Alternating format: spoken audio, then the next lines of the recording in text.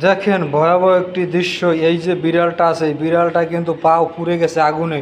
কি অবস্থা! আল্লাহ যেন ওকে সুস্থতা দান করে তাড়াতাড়ি। আর যে বিড়ালটা এইভাবে কিভাবে আগুনে পড়লে আমি নিজেও জানি না, কিন্তু বিড়ালটা খুবই অসুস্থ এখন।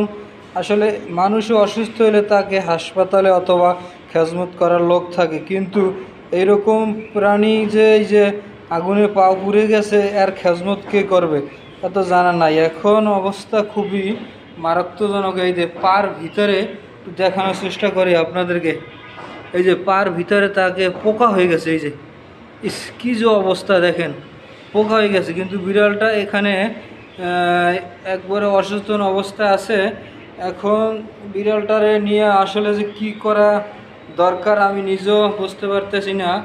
এটা কিন্তু এই যে এই সিঁড়ির উপরই সে বারিন্দায় শুয়ে আছে, কিন্তু রক্ত পায় আছে তার এখানে পার ভিতরে, কিন্তু একবারে পোকা হয়ে গেছে। এই যে আমি একটু দেখানোর চেষ্টা করি। এই যে বিড়ালটা আপনারা যদি দেখতে আছেন, এই যে পার ভিতরে পোকার পার যে নখগুলো আছে না, এই বিড়ালটা কিন্তু কী করবো, এখানে দুর্গন্ধ ছড়াই যেতেছে, কিন্তু আর পোকা হয়ে গেছে বিড়ালটা। এখন অবস্থা ভয়ানকই বলা যাচ্ছে, কিন্তু বিড়ালটা এখন এই যে একবারে শুয়ে যাইতেছে।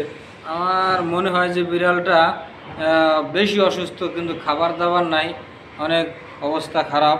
দেখি হিস, হিস হিস হিস, একটু ওটো ওটো ওটো ওটো, এই একটু ওটো দেখি, তোমাকে দেখানোর চেষ্টা করতে আছে সবাইকে। ওটো ওটো ওঠো। এই যে দেখো, আচ্ছা, দেখতে খুবই অসুস্থ, যার কারণে উনি এখনও কথা তো বলতেই পারে না, অবস্থা খারাপ খারাপ। তা আপনারা এই বিড়ালটার জন্য দোয়া করবেন ইনশাআল্লাহ।